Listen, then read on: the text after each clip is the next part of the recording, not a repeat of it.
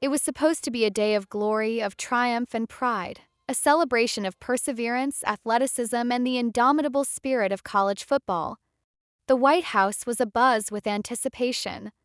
Red and gray adorned the grand lawn as the Ohio State Buckeyes, 2025 NCAA national champions, arrived in their finest. This was their moment, a well-earned reward for defeating Notre Dame in a game that would be etched in history books. Reporters gathered near the south portico, their cameras trained on every door, every hallway that led to the grand event. Staff members moved briskly, double-checking every arrangement, from the seating to the lighting, and ensuring the pristine condition of the championship trophy, a glistening 24-karat gold masterpiece perched proudly on a velvet-draped pedestal. For fans back in Ohio and across the country, this was a monumental day. For the players, this was the culmination of sweat, pain, sacrifice, and glory. And then, as if conjured by the universe to remind everyone that no day ever goes completely as planned, Vice President J.D. Vance entered the scene. Clad in a tailored navy blue suit, with a red tie that shimmered slightly under the late morning sun, J.D. Vance had a grin that stretched from cheek to cheek. He was known for his intellect, his compelling memoirs, and his sharp political rise, but not for his athletic finesse. Till there he stood, shoulder to shoulder with President Donald J. Trump and head coach Ryan Day, surrounded by towering football players who could bench press a Honda. As the team lined up for the ceremonial group photo, the vibe was jovial, lighthearted. President Trump, never one to shy away from theatrics, delivered a few off-the-cuff remarks about the Notre Dame defense, drawing hearty laughter from the players. Cameras clicked and whirred. J.D. Vance, standing a little off-center, looked toward the glittering trophy beside him and, in a move that would become a viral moment in mere minutes, reached for it. No one expected catastrophe. Certainly not Vance himself. His hand gripped the trophy at its base, a common gesture in ceremonies like this. But as he lifted it, a sharp, unmistakable snap cut through the air. The base, seemingly fragile despite its opulent appearance, gave way. Time slowed. Gasps erupted. Phones were already filming. The top portion of the trophy, freed from its base, teetered in midair. A split second later, it plummeted. But just before disaster struck, an alert wide receiver named Devin D-Train Harris dove forward, arms outstretched, and caught the upper part like it was a fourth down Hail Mary. The lawn fell into a stunned silence, then applause. "Nice hands," someone shouted. Laughter rippled through the group. J.D. Vance, flustered but trying to play it cool, glanced around and raised both hands. "I didn't want anyone after Ohio State to get the trophy," he joked with a crooked smile. "So I decided to break it." The joke landed. Even President Trump chuckled, clapping him on the back. Coach Ryan Day, ever the calm in any storm, stepped forward, took the top half of the trophy from Devin, and held it carefully in both hands. "Well, that's one for the books," he said. "Let's leave the football to the pros." Crowd roared. What could have been an international embarrassment became a bonding moment. Till the internet doesn't forget. Within minutes, footage of the fumble had gone viral. Hashtag Trophygate, hashtag VanceFumble, and hashtag Ohio State Strong were trending across social media platforms. The memes came fast.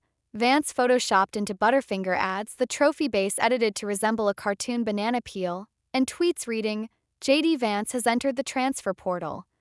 To the ballet. Cable news was quick to jump in. One political commentator joked, "If J.D. Vance handles foreign policy like he handled that trophy, we might be in for some interesting times." Others were more forgiving.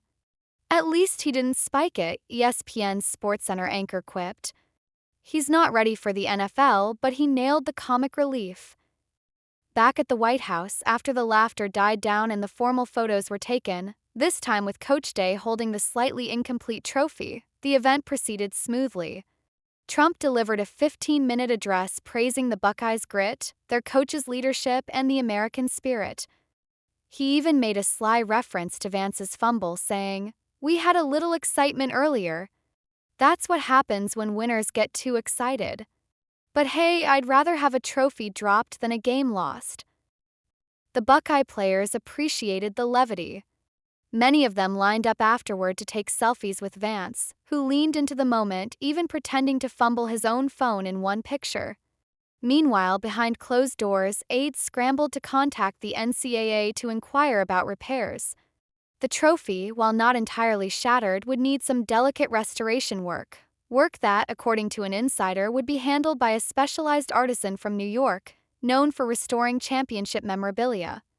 "It's not the first time a trophy's been damaged," the artisan later said in an interview.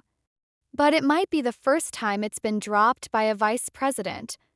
Late that evening, Vance took to social media to officially address the blunder. Posting a clip of the incident alongside a meme of himself in a football jersey labeled #Butterfingers, he wrote, "All part of the plan. Keeping the trophy safe, one break at a time. Congrats again to the OSU boys. Honored to be there." His self-deprecation was widely praised. Even his political opponents gave him credit for handling the embarrassment with grace and humor. The next morning, news outlets debated whether this gaffe would have any political repercussions. Some argued it humanized Vance, showing he wasn't afraid to laugh at himself. Others speculated whether the incident would be recycled in campaign attack ads. Political cartoonists wasted no time sketching Vance in full football gear mid-fumble with an exasperated Trump in the background. Meanwhile, the Buckeyes returned to Ohio with even more to talk about than they expected. Their locker room was filled with laughter, replays of the moment on loop, and jokes about who would break the next trophy. Coach Day, always thinking ahead, reportedly joked during a team meeting, "Next time we bring our own stand." As for the trophy, it eventually made its way back to Columbus, temporarily encased in protective glass until repairs were complete. A new plaque was added to the base. "2025 champions, trophy's been through a lot." It's likely the story of J.D. Vance's now legendary trophy fumble will live on in sports folklore, a hilarious side chapter in the grand narrative of the 2025 college football season.